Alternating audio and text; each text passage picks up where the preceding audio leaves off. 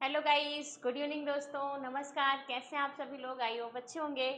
तो दोस्तों, आज हम लोग इतिहास से कुछ क्वेश्चन आंसर लिए हैं, उसका डिस्कशन करने वाले हैं। और जैसे कि पर डे हम लोग हर सब्जेक्ट का किसी न किसी सब्जेक्ट का डिस्कस करते हैं, तो उसी तरीके से आज हम लोग हिस्ट्री से जो क्वेश्चन आंसर है उसका डिस्कशन करेंगे। तो ये रहा स्क्रीन पे आपका पहला क्वेश्चन। क्वेश्चन है सबसे पुराना वेद कौन सा है?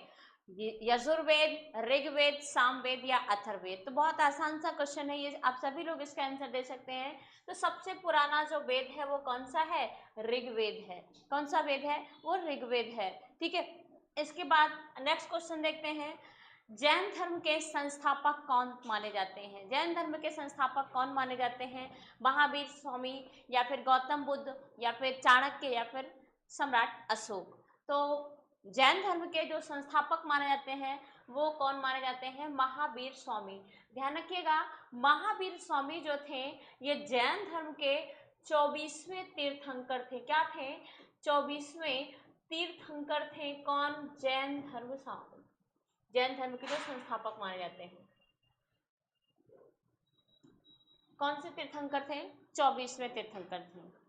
ठीक है, नेक्स्ट क्वेश्चन है, जैन धर्म में अहिंसा का क्या महत्व है? केवल आत्मरक्षा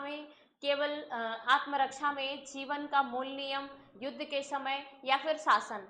तो अहिंसा का मेन महत्व क्या है? ध्यान रखिएगा, जीवन का जो मूल नियम है यही जैन धर्म का अहिंसा का मेन महत्व है। क्या है? जीवन का मूल नियम।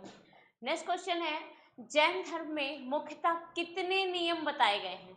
क्या है? जैन धर्म में मुख्यतः कितने नियम बताए गए हैं जिसे महाव्रत के नाम से जाना जाता है? तो जैन धर्म में ध्यान रखिएगा 5, 8, 10 या फिर 12। तो जैन धर्म में जो नियम बताए गए हैं वो कितने बताए गए हैं?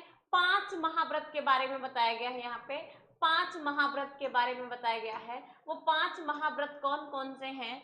ठीक है, एक तो है आपका अहिंसा, दूसरा है सत्य, तीसरा है अस्तेय, ब्रह्मचर्य और अपरिग्रह। कौन कौन से हैं? एक तो अहिंसा, दूसरा है सत्य, तीसरा है आपका ब्रह्मचर्य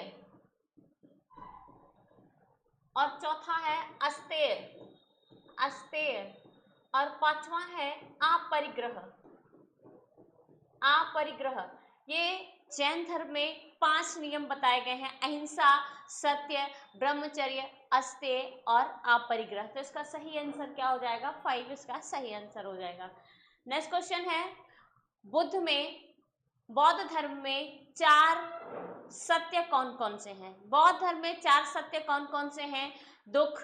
दुख का कारण यानी दुख है, दुख का कारण है, दुख का निवारण है, दुख का मार्ग है। फिर बताया गया है धर्म, अर्थ, काम, मोक्ष, अहिंसा, सत्य, अस्तेय, ब्रह्मचर्य, ज्ञान, तप, भक्ति और सेवा।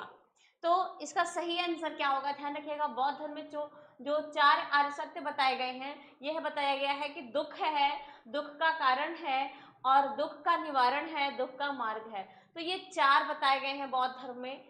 कौन से बताए गए हैं? 4 बताए गए हैं। जबकि अहिंसा, सत्य, अस्तेय, ठीक है, इसके अलावा अपरिग्रह, कौन सा? अपरिग्रह, ये कहाँ का है? ये जैन धर्म के महाव्रत कहलाते हैं। किसके? जैन धर्म के महाव्रत कहलाते हैं। अभी हमने पढ़ा है इसको, ये जैन धर्म के महाव्रत कहलाते हैं। ठीक है, तो ये जो जैन धर्म में 5 नियम बताए गए हैं वो अहिंसा, सत्य, अस्तेय, ब्रह्मचर्य और अपरिग्रह है। जबकि बुद्ध धर्म का कौन सा है? दुख है, दुख का कारण है, दुख का निवारण है और दुख का मार्ग है। नेक्स्ट क्वेश्चन है आपका, अगला क्वेश्चन है, बौद्ध धर्म में अष्टांगिक मार्ग कितने हैं या कितने अंगों में विभक्त किए गए हैं? जो अष्टांगिक मार्ग है, अष्टांगिक मार्ग का मतलब ये 8 अंगों में विभक्त किया गया है।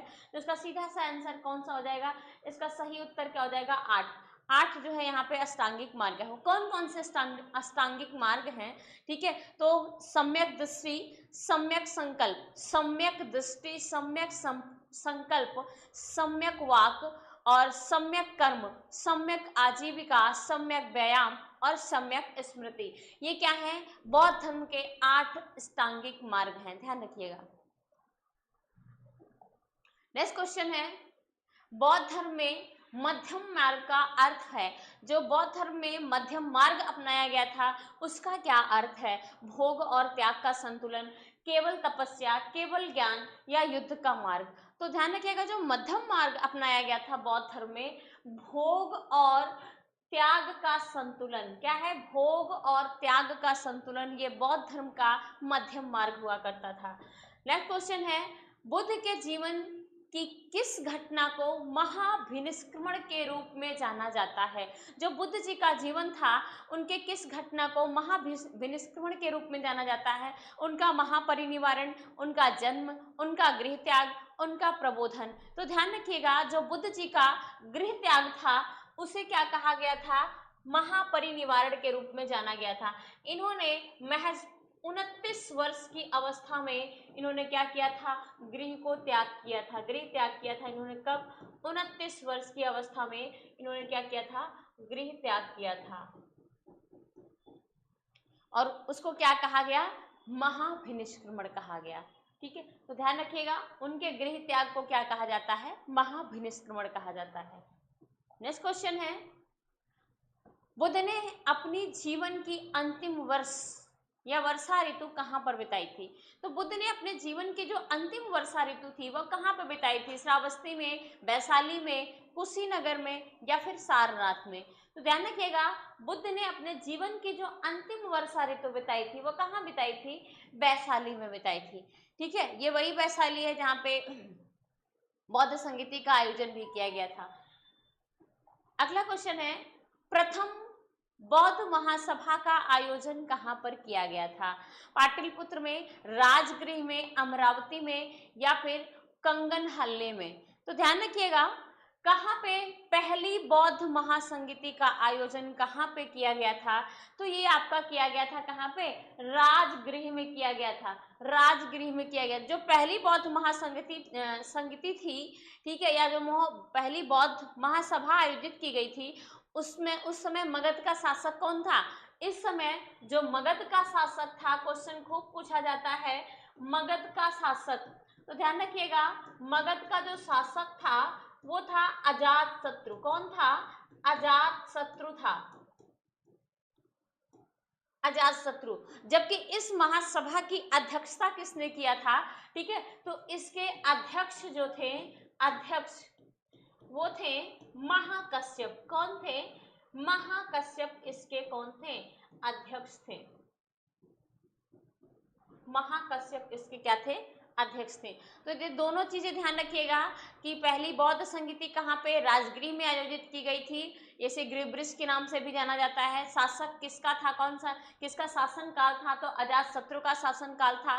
और अध्यक्ष कौन था? तो महाकश्यप था। तो इसका सही उत्तर क्या हो जाएगा? बी इसका सही उत्तर होगा। अगला क्वेश्चन है, निम्नलिखित में से निम्नलिखित पर विचार कीजिए। बुद्ध में देवतारोपण, बुद्ध में क्या है? देवतारोपण और बोधिसत्व पथ पर चलना और मूर्ति उपासना तथा अनुष्ठान। तो इसका सही उत्तर क्या होगा? उपयुक्त में से कौन सी विशेषता या कौन सी विशेषताएं महायान बौद्ध मत की है? तो ध्यान रखिएगा, जो आपका बुद्ध में देवतारोपण और बोधिसत्व के मार्ग पर चलना, मूर्ति की उपासना करना, ठीक है, मूर्ति की उपासना तथा अनुष्ठान करना, ये क्या है? महायान। और बुद्ध धर्म जो है बाद में महायान और हीनयान दो भागों में बढ़ जाता है। तो महायान के लिए ये तीनों चीजें सही है। ठीक है, बोधिसत्व के मार्ग पर चलना और मूर्ति उपासना तथा अनुष्ठान करना और बुद्ध में देवतारोपण। तो इसका सही उत्तर क्या हो जाएगा? इसका सही आंसर क्या होगा? इसका सही आंसर होगा आपका डी। डी इसका क्या होगा? सही आंसर होगा।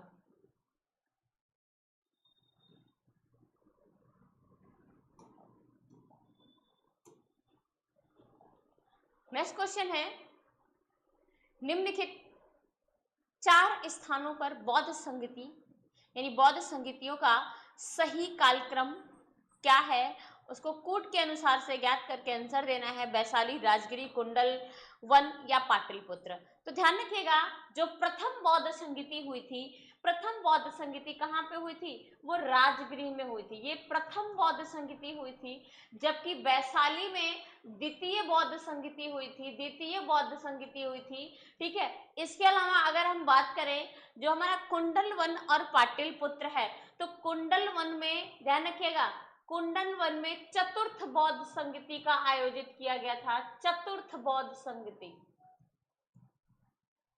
और पाटलिपुत्र में तृतीय बौद्ध संगीति का आयोजन किया गया था, तृतीय बौद्ध संगीति का आयोजन किया गया था। ठीक है, तो इस तरीके से इसका सही आंसर क्या हो जाएगा? इसका सही आंसर होगा पहले 2, फिर 1, फिर जो है आपका 2 1, है ना, इसके बाद आएगा 4, 2 1 4 3। डी वाला इसका क्या होगा? सही आंसर होगा। डी इसका क्या होगा? सही उत्तर हो जाएगा।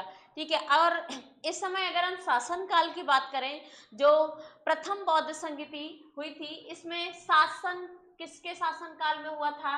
तो ये ध्यान रखिएगा, अजात शत्रु के शासन काल में हुआ था। किसके शासन काल में हुआ था? अजात शत्रु। जबकि जो द्वितीय बौद्ध संगीति हुई थी, द्वितीय बौद्ध संगीति, ये कालाशोक के शासन काल में हुआ था। किसके शासन काल में हुआ था? कालाशोक के शासन काल में हुआ था। खूब पूछा जाता है ये। ठीक है, और जो चतुर्थ बौद्ध संगीति हुई थी, चतुर्थ बौद्ध संगीति कनिष्क के शासन काल में हुआ था। किसके शासन काल में? ये कनिष्क के शासन काल में हुआ था। जबकि आपका तृतीय बौद्ध संगीति, तृतीय बौद्ध संगीति किसके? सम्राट अशोक के शासन काल में हुई थी। किसके? अशोक के शासन काल में हुई थी। तो इस तरीके से इसका सही उत्तर डी हो जाएगा, और इनके शासन काल में हुई थी, ये आप ध्यान रखेंगे। नेक्स्ट क्वेश्चन है,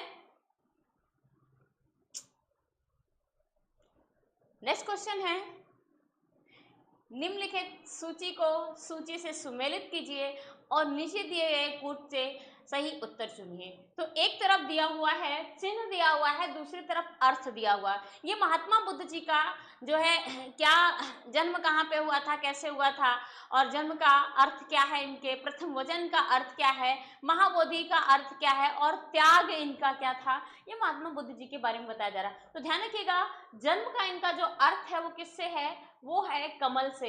प्रथम जो प्रवचन है ये धर्म चक्र प्रवर्तन कहलाता है। इनका प्रथम प्रवचन क्या कहलाता है? धर्म चक्र प्रवर्तन कहलाता है। और बोधि वृक्ष, ठीक है, वो महाबोधि किसका है? बोधि वृक्ष का उदाहरण है। त्याग इन्होंने घोड़े का किया था। ठीक है, और जबकि गृह त्याग को महाभिनिष्क्रमण कहा जाता है। ये जरूर ध्यान रखिएगा, इनके प्रथम वचन को धर्म चक्र प्रवर्तन कहा जाता है, और जब इन्होंने गृह त्याग किया था तो उसे महाभिनिष्क्रमण कहा जाता है। तो इस क्वेश्चन के अकॉर्डिंग इसका सही उत्तर क्या हो जाएगा? 4 का 1 का 4 होगा और बी का 2 होगा। तो 1 का 4 और बी का 2। ठीक है, 2 में इसका ऑप्शन है, लेकिन बी वाला ऑप्शन देखेंगे तो चेंज है। तो इसका सही उत्तर क्या हो जाएगा? डी इसका सही उत्तर हो जाएगा। क्या होगा? डी इसका क्या होगा? सही आंसर होगा। नेक्स्ट क्वेश्चन है, नव बौद्धवाद के प्रतिपादक कौन थे? नव बौद्धवाद के प्रतिपादक कौन थे?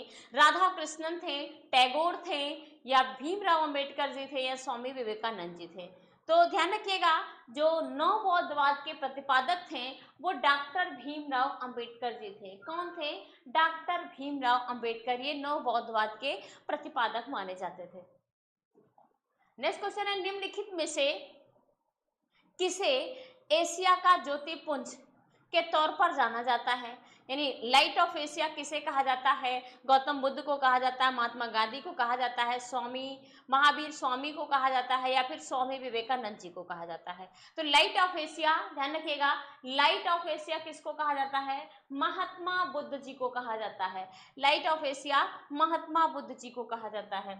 नेक्स्ट क्वेश्चन है, बुद्ध की खड़ी प्रतिमा, बुद्ध की खड़ी प्रतिमा निम्न में से किस काल में बनवाई गई थी? गुप्त काल में बनवाई गई थी, या मौर्य काल में बनवाई गई थी, या फिर कुषाण काल में बनवाई गई थी, या फिर गुप्तोत्तर काल में बनवाई गई थी? तो बुद्ध की खड़ी प्रतिमा ध्यान रखिएगा किसके काल में बनाई गई थी? बुद्ध की जो खड़ी प्रतिमा थी वो कुषाण काल में बनवाई गई थी। किसके काल में बनाई गई थी? कुषाणों के शासन काल में बनवाई गई थी बुद्ध की जो, और ये किस कला में? ध्यान रखिएगा, ये गांधार एवं मथुरा कला शैली में बनवाई गई थी। किसमें? गांधार एवं मथुरा कला शैली।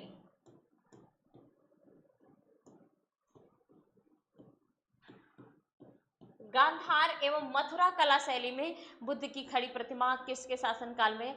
कुषाणों के शासनकाल में या कुषाणों के काल में क्या की थी? बनवाई गई थी। नेक्स्ट क्वेश्चन है, निम्नलिखित में से कौन सा युग्म सुमेलित नहीं है? ठीक है, ऋषभनाथ यानी एक तीर्थंकर दिया हुआ है और दूसरा उनका निवारण स्थल दिया हुआ है। तो ऋषभनाथ, अष्टपद या अष्टापद, वासुपूज, संवेद शिखर, नेमिनाथ, उज्जैन या महावीर पावापुरी। तो निर्वाण स्थल ध्यान रखिएगा, जो ऋषभनाथ का निर्वाण स्थल है वो अष्टापद है और वासुपूज का निर्वाण स्थल ध्यान रखिएगा संवेद शिखर नहीं है बल्कि क्या है? चंपापुरी है। तो यही वाला आंसर आपका सुमेलित नहीं है, इनका जो है ये संवेद शिखर नहीं है, क्या है? चंपापुरी है। संवेद शिखर नहीं बल्कि क्या है? चंपापुरी। बाकी सभी अपने आप में सुमेलित है, तो इसका सही आंसर क्या हो जाएगा? बी होगा इसका सही उत्तर। नेक्स्ट क्वेश्चन है, जैन धर्म के प्रथम तीर्थंकर कौन थे?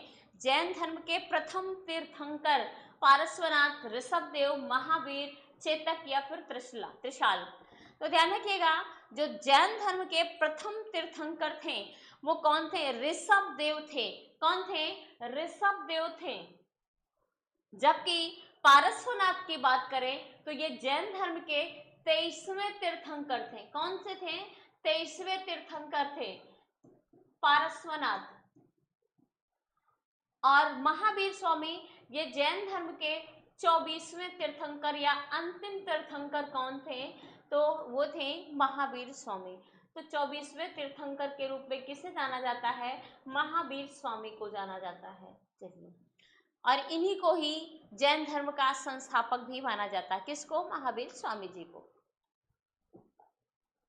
निम्नलिखित में से किसने प्रतिपादित किया कि भाग्य ही सब कुछ है? निम्नलिखित में से किसने प्रतिपादित किया था कि भाग्य ही सब कुछ है या भाग्य ही सब कुछ निर्धारित करता है? ठीक है, मनुष्य असमर्थ होता है। जैनियों ने किया था, बौद्धों ने किया था, आजीवकों ने किया था या फिर मीमांसकों ने किया था। ठीक है, तो ये क्वेश्चन ध्यान रखिएगा। तो ये किसने बताया था कि भाग्य ही सब कुछ है या भाग्य ही सब कुछ निर्धारित करता है, मनुष्य क्या होता है? असमर्थ रहता है। ये बताया था आजीवकों ने बताया था। किसने बताया था? आजीवकों ने बताया था। नेक्स्ट क्वेश्चन है, प्रारंभिक जैन साहित्य निम्नलिखित में से किस भाषा में लिखा गया था? अर्धमगधी में, पाली भाषा में, प्राकृत भाषा में या फिर संस्कृत भाषा में? तो जो प्रारंभिक जैन साहित्य है वो किसमें? अर्धमगधी भाषा में लिखा गया है। किसमें लिखा गया है? अर्धमगधी भाषा में लिखा गया है। नेक्स्ट क्वेश्चन है, ऋग्वेद संहिता का 9वां मंडल पूर्णतया किसको समर्पित है? इंद्र और उनका हाथी, उर्वशी एवं स्वर्ग, पौधों और जड़ी बूटियों से संबंधित देवतागण या फिर सोम और स्पे पर नामकृत देवता। तो ध्यान रखिएगा, जो ऋग्वेद का 9वां मंडल है, ठीक है, वो किसके? सोम देवता को समर्पित है। किसको समर्पित है? ये सोम देवता को समर्पित है ऋग्वेद का 9वां मंडल। ठीक है, ऋग्वेद का 9वां मंडल सोम देवता को समर्पित है। उपनिषद पुस्तकें हैं, उपनिषद जो पुस्तकें हैं वो किस पे आधारित है? धर्म पे आधारित है, योग पर आधारित है, विधि पर आधारित है या फिर दर्शन पर आधारित है? तो उपनिषद की पुस्तक किस पे आधारित है? ये दर्शन पर आधारित है। किस पे आधारित है? दर्शन पर आधारित है। नेक्स्ट क्वेश्चन है, आध्यात्म ज्ञान के विषय में नचिकेता और यम का संवाद किस उपनिषद से प्राप्त होता है? आध्यात्म ज्ञान के विषय में जो नचिकेता, बहुत अच्छी कहानी है नचिकेता और यम की, तो उनका जो संवाद होता है किस उपनिषद से संबंधित है? ध्यान रखिएगा, किस उपनिषद से संबंधित है? बृहदारण्यक उपनिषद या छंदोग्य उपनिषद या कठोप उपनिषद, कठोपनिषद या फिर केन उपनिषद? तो ध्यान रखिएगा, इसका सही उत्तर क्या होगा? कठोपनिषद। कठोपनिषद में यम और नचिकेता का संवाद किस पे हुआ था? ज्ञान और अध्यात्म के विषय में। ठीक है। दूसरा क्वेश्चन है आपका, बोगज। बोगज कोई महत्वपूर्ण है क्योंकि क्या है, क्यों महत्वपूर्ण है बोगज? ठीक है, यह मध्य एशिया, क्या है, यह मध्य एशिया एवं तिब्बत के मध्य एक महत्वपूर्ण व्यापारिक केंद्र था। यहां से जो प्राप्त अभिलेखों में वैदिक देवताओं का नाम उल्लेख प्राप्त होता है, या फिर वेदों के मूल ग्रंथों की रचना यहां से हुई है, या फिर उपयुक्त में से कोई नहीं। तो ध्यान रखिएगा मेरे प्यारे विद्यार्थियों, जो बोगज कोई अभिलेख है, क्या है, बोगज कोई अभिलेख है, यहाँ से क्या है, जो प्राप्त होता है अभिलेखों में वैदिक देवताओं के बारे में यहाँ पे उल्लेख मिलता है। वैदिक देवताओं की 14 ऐसे बहुत वैदिक देवता थे जिनका नाम क्या है, उल्लेख मिलता है। ठीक है, तो इसका सही उत्तर क्या हो जाएगा? बी। नेक्स्ट क्वेश्चन है, ऋग्वेद में उल्लेखित 10 राजाओं का युद्ध किस नदी के किनारे लड़ा गया था, या किस नदी के तट पर लड़ा गया था? तो ध्यान रखिएगा, जो ऋग्वेद में 10 राजाओं या 10 राज्य युद्ध के नाम से भी जाना गया है, कौन सी नदी के तट पर लड़ा गया है? तो परुषड़ी, इसका नाम है परुषड़ी। ठीक है, इसे कहते हैं पौरुषड़ी या परुषड़ी। और सरस्वती, बिपाशा या फिर आस्किनी। तो किस नदी के तट पर लड़ा गया था? तो ये ध्यान रखिएगा, पौरुषड़ी यानी कौन सी नदी थी वर्तमान में अगर हम बात करें तो ये रावी नदी के तट पे लड़ा गया था, जिसका पुराना नाम क्या है? पौरुषड़ी। ये सभी क्या है? सिंधु नदी की सहायक नदी है, रावी नदी। ठीक है, इसके अलावा जो बिपाशा इसका पुराना नाम है किस नदी का? तो वो व्यास नदी का पुराना नाम क्या है? बिपाशा है। व्यास नदी का पुराना नाम क्या है? बिपाशा है। आस्किनी ध्यान रखिएगा, चिनाब का पुराना नाम आस्किनी है। चिनाब नदी का पुराना नाम क्या है? आस्किनी है। तो इस तरीके से इन नदियों का ओल्ड नेम भी ध्यान रखिएगा। इसके अलावा कौन कौन सी नदियां इसमें बसती हैं? सतलज और सिंधु। तो सतलज नदी की अगर हम बात करें, सतलज नदी, इसका पुराना नाम क्या है सतलज की? तो सतुद्री। और सिंधु नदी का पुराना नाम क्या है? सिंधु नदी का ओल्ड नेम क्या है? तो सिंधु नदी का जो पुराना नाम है वो है इंडस। क्या नाम है? इंडस। तो सिंधु नदी तंत्र में, या सिंधु नदी तंत्र की सबसे बड़ी नदी जो थी वो सिंधु थी। इसी के किनारे पूरा आपका हड़प्पा सभ्यता विकसित हुआ था। इंडस वैली सिविलाइजेशन के नाम से भी जाना जाता है, इसीलिए इसको इंडस नदी इसका क्या था? ओल्ड नेम था। तो ये ध्यान रखेंगे, इसका सही आंसर क्या होगा? दसराग युद्ध किसकी नदी के तट पर लड़ा गया था? पौरुषणी नदी या परुषणी नदी के तट पे, जो कि वर्तमान में रावी नदी है। नेक्स्ट क्वेश्चन है, निम्नलिखित में से किन नदी को ऋग्वेद में माते तमा, देवी तमा, नदी तमा, ठीक है, माते तमा, देवी तमा एवं नदी तमा, ठीक है, के नाम से क्या किया गया था? संबोधित किया गया था या बताया गया था? सिंधु नदी को, सरस्वती नदी को, वितस्ता नदी को, या फिर किसके नदी से? यमुना की नदी को। तो इसमें जो माते तमा का मतलब अच्छी माता, अच्छी देवी और अच्छी नदी। ठीक है, तो इसमें किस नदी को संबोधित किया गया था? सरस्वती नदी को। किस नदी को किया गया था? सरस्वती नदी को क्या किया गया था? संबोधित किया गया था। सरस्वती नदी को माते तमा और देवी तमा, और क्या कहा गया था इसको? नदी तमा।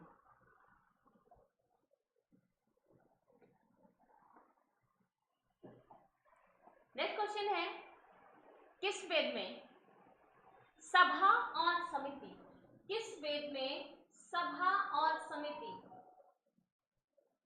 ठीक है, सभा और समिति को प्रजापति की 2 पुत्रियां कहा गया था? ठीक है, तो वो कौन सा वेद था? ऋग्वेद, सामवेद, यजुर्वेद या फिर अथर्ववेद? किस वेद में कहा गया था सभा और समिति को प्रजापति की 2 पुत्रियां माना गया था? किस वेद में? तो ध्यान रखिएगा, ये माना गया था आपका अथर्ववेद में। किस वेद में माना गया था? अथर्ववेद में माना गया था। ठीक है, अच्छा, अथर्ववेद का संबंध किससे है? तो ध्यान रखिएगा, अथर्ववेद का जो संबंध है वो जादू टोना चिकित्सा कह ले, इसका संबंध किससे है? चिकित्सा या जादू टोना, चिकित्सा एवं जादू टोना से संबंधित है। जबकि वहीं पे यजुर्वेद की बात करें, यजुर्वेद किससे संबंधित था? तो ये यज्ञ एवं अनुष्ठान से संबंधित था।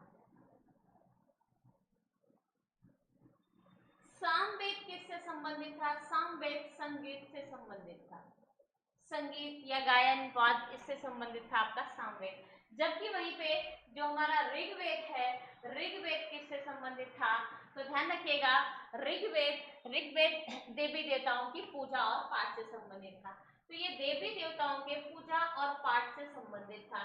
ध्यान रखिएगा, क्वेश्चन पूछा जाता है, मिलान करने के लिए आता है, देवी देवताओं की पूजा पाठ से संबंधित था कौन सा? आपका ऋग्वेद। तो चारों वेद है उसमें सबसे पुराना वेद ऋग्वेद है, ठीक है।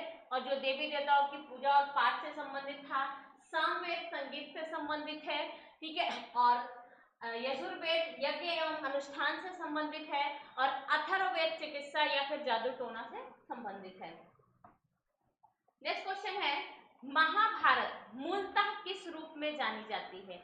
जो हमारी महाभारत है मूलतः किस रूप में जानी जाती है? बृहद कथा के रूप में, बृहद संहिता के रूप में, या फिर ब्राह्मण के रूप में, या फिर जय संहिता के रूप में? तो जो महाभारत है किस रूप में जानी जाती है? तो ये जय संहिता के रूप में जानी जाती है। किसके रूप में जानी जाती है? जय संहिता के रूप में जाना जाता है महाभारत। महाभारत के लेखक कौन थे? तो वो वेद व्यास जी थे। कौन थे? वेद व्यास जी थे।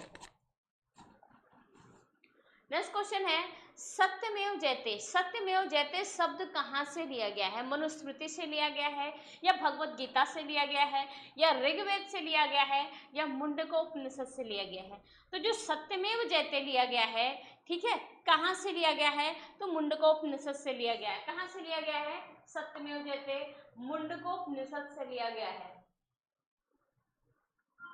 सत्य की जीत, सत्यमेव जयते।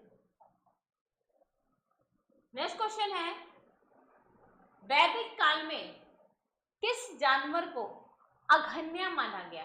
वैदिक काल में कौन से जानवर को अघन्या माना गया? अघन्या का मतलब ना मारने वाला जीव, ठीक है।